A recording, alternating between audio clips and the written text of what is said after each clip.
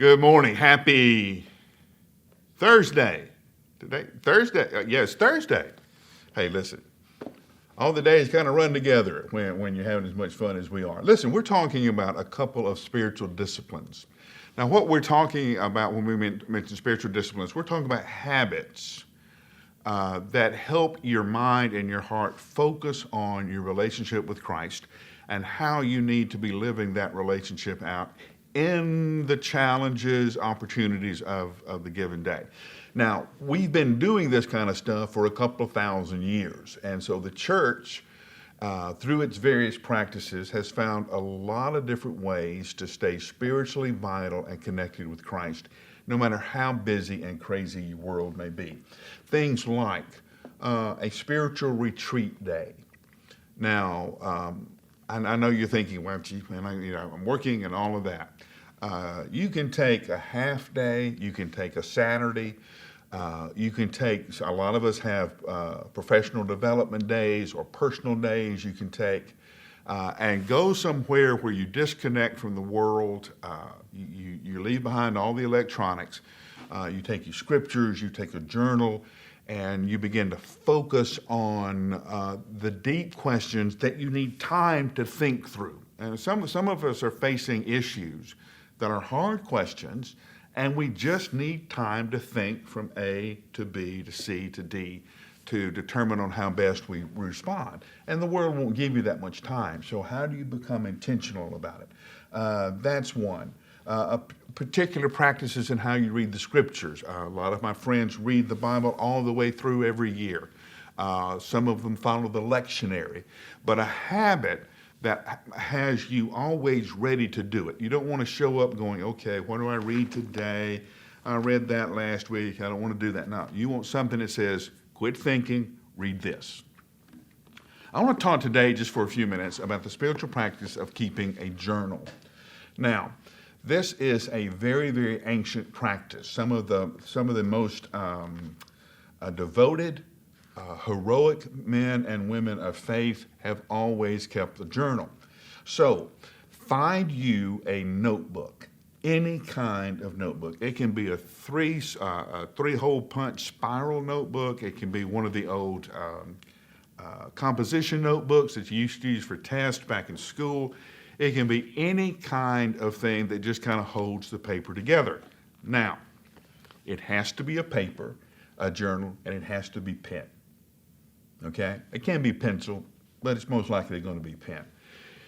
We have now done enough studies on all of the magic of gadgets and digital stuff to know that the way you interact with a digital tool, like an iPad, a computer, or something like that, is different than how you interact with paper. Okay? It triggers different parts of your brain. Holding a pen triggers a different part of your brain than typing, okay? And we can tell a lot, you can tell a lot by how you feel about what you're writing about just by the way that you write.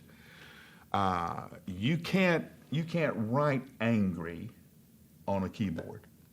There's no place where you can say, write this really hard and scratchy because I'm mad. It won't, you hit A, it looks like an A no matter what kind of mood you're in when you hit it.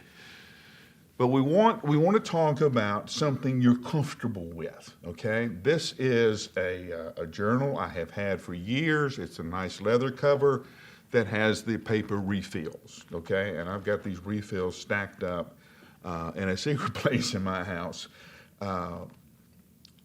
That I've been doing this literally for years. So what do you do when you talk about a journal? How do you handle this? One, you do it every day. Okay? I'm going to have a particular place where I read the scriptures, where I meditate on the scriptures, and where I write my response to scriptures. Now, everybody's going, I don't know what to say. Trust me, you take the pen, you put it on the paper, and your subconscious, those deep thoughts that don't have time to bubble up, they will come and you will be able to write. Now, what am I going to write? You can write anything you want to. It's your journal. There are people who keep a gratitude journal. These are the things that I am grateful for. That's always helpful. There are people who keep a prayer list journal. Here are the people, the situations I am praying for. And you keep track on how God works in these different situations. There is a praise journal. There is a Bible study journal. Okay, I'm reading in 1 Timothy. Here's what Paul is saying. Here are the verses I'm reading. And you copy those verses into your journal. And you go, well, why would I copy if they're already there? Because if you copy them, you'll remember them. Okay, again, we've triggered a different part of our brain. Here's what I'm learning. Here are the questions I have about this passage. Here's how my life is challenged. And here's what I'm going to do with what I'm learning. Okay, you can write all of that down. You can write down, today, here's what I'm going through. Here's what I'm facing. Here's what I'm prayerful about. Here's where I'm looking for God to help me. I will tell you, when I was dealing with my mom's illness, as we were treating her with her Alzheimer's, this saved my life. There were so many conversations with doctors. There were so many conversations with my mom. There were so many conversations with her caregivers at Morning Point, the retirement center where she was. There were so many things going through my head. Not only all of that, but I was also processing it because, listen, I don't care how old your mom is. If you're her little boy, you're 9 years old inside. So what do you do with those emotions? What do you do with that grief? What do you do when today mom didn't remember? What do you do with that? Well, you write it down, okay?